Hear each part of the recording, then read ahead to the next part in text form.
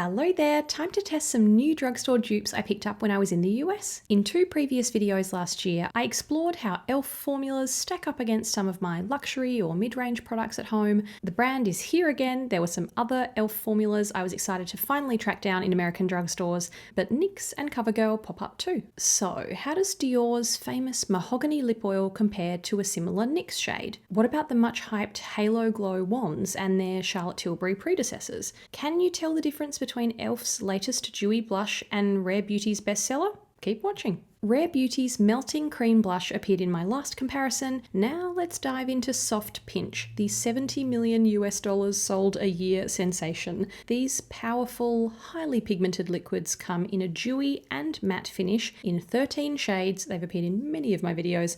We're sticking to dewy today in the underrated shade Worth, a true rose with depth and warmth. Start by scraping off the excess. 1 to 2 dots per cheek still gives you such a healthy, full flush and surprising lasting power for a dewy finish. e.l.f.'s latest liquid launch, the new camo liquid blushes, are selling quickly. I went to 3 Ulta locations in LA last month and finally found them. This is described as an ultra-pigmented, long-lasting liquid blush with a dewy finish. Sounds familiar, doesn't it? 9 shades, similar doe foot idea, but Rare's is larger with a flatter surface. e.l.f.'s is more domed for smaller dots. I went for Dusty Rosé, a warm pink that's a little peachy too, intense colour that blends and softens nicely just like Rare. e.l.f.'s isn't as dewy, more of a satin with super fine, almost undetectable gold shimmer that makes it look dewy, but when I apply both on hydrated skin, they're so similar. If I saw someone wearing a generous flush of this, I just think it was Rare. I don't think you can tell the difference. I bought 2 shades, but I wish I'd bought more. One of the earliest videos I ever made on YouTube back in 2017 was on Charlotte Tilbury's Beauty Light wand when it first launched. 2017, that's a relic in the beauty world at this point, but enduringly popular. The original Champagne Spotlight is still a favourite for me 7 shades later, but the soft rose gold Pillow Talk is a megawatt beauty too.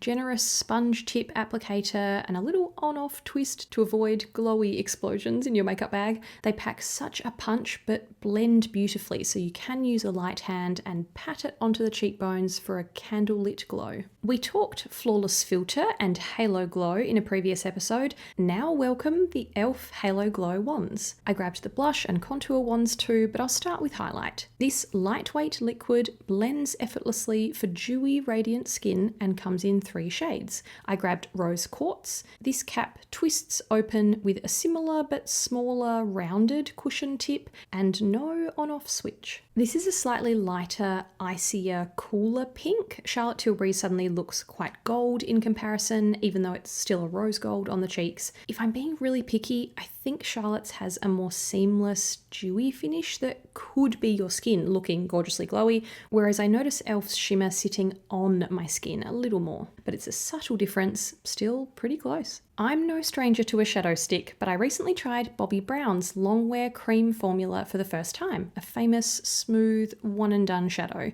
There's a single Bobbi Brown powder shadow called Antique Rose that I love. Discovered it through makeup artist Nikki DeRoost, so I was naturally drawn to Antique Rose's stick sister. This Dusty Rose has a barely there blush look with light caramel or peach or tan hints too. It's not obviously pink on the eye. Nicely pigmented, but easy to smudge and soften. If you do want an obvious pink, enter e.l.f.'s No Budge Matte Shadow Stick in Bombshell. I was so impressed by one of e.l.f.'s No Budge Shimmer Sticks in a previous episode that it ended up in my 2023 favourites, but I was eager to track down the mattes too. This shade is described as pink, but we can do better than that. Maybe candy, bold, bright pink. Same long-lasting colour, but does the matte finish look as smooth as the shimmer? Yes. It applies evenly, not as soft and creamy as Bobbi Brown, but still easy to soften with your fingertips. It also comes with a handy built-in sharpener. Bobbi's doesn't, so you can keep the pointier shape if you'd like to. Perfect for fun, colourful eyeliner. Oh, and the lasting power of this duo? Don't worry, they're not going anywhere.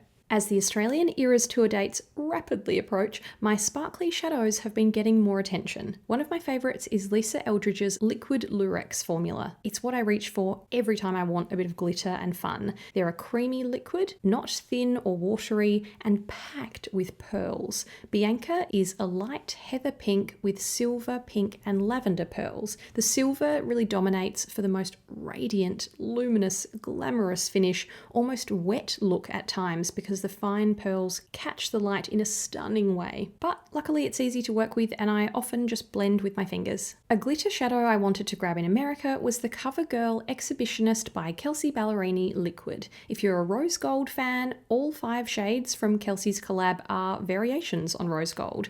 I went for Nashville Dream, which she actually just wore to the Grammys. This shade is the deepest, pinkest rose gold in the range. The doe foot is a little larger and flatter than Lisa's. I probably prefer this shape, although Lisa's is still easy to line with. This consistency is lighter, thinner, less creamy, so it's easy to sheer out, but because the golden shimmer here is chunkier than the silvery pearls on the left, it ends up looking heavier on the eye and can cling to dryness and emphasize fine lines more than Lisa's smoother formula. I do like that this colour has more rosy oomph, great with green eyes, and no fallout with either formula. One of the most luxurious lip oils on the market is undoubtedly Dior's Lip Glow Oil. I've been a big fan since they launched in early 2020, always said I loved the texture because it sat in the middle of a gloss and an oil, but as more lip oils have launched, it's probably closer to a gloss. Smooth and luxe and plush, not sticky. Mahogany was my most sought after shade. It's finally made it to Australia. I really enjoy this sheer lip deepening pink. Not exactly much mahogany happening, the brand's colour-reviving rosy pink takes over. A flawless, couch-like comfy doe foot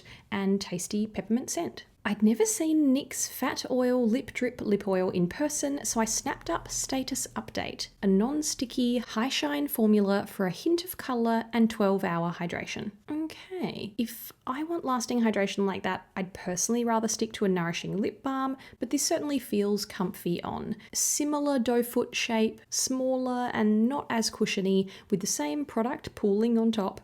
NYX has a lighter, balmier texture, not as shiny on the lips as a result, but the biggest difference is the colour payoff. This gives me the exact mahogany look I'd wished for from Dior, a beautiful sheer dark chocolate that doesn't bleed. The colour sticks around too. It's not a stain like the peach pink Dior can leave behind, but the tint fades so evenly for a chocolatey look that lingers. And the sweet berry scent, closer to another product in the lip oil universe from Clarins. It was a very successful trip, particularly pleased with the E.l.f. liquid blush and NYX lip oil. I made a few trips to Target and Ulta and CVS, so I think I have another episode or 2 up my sleeve. Have you made any great dupe discoveries lately? Or dupe, I should say, having just been in America? Please let me know your thoughts if you've tried any of these formulas or which shades or tubes caught your eye.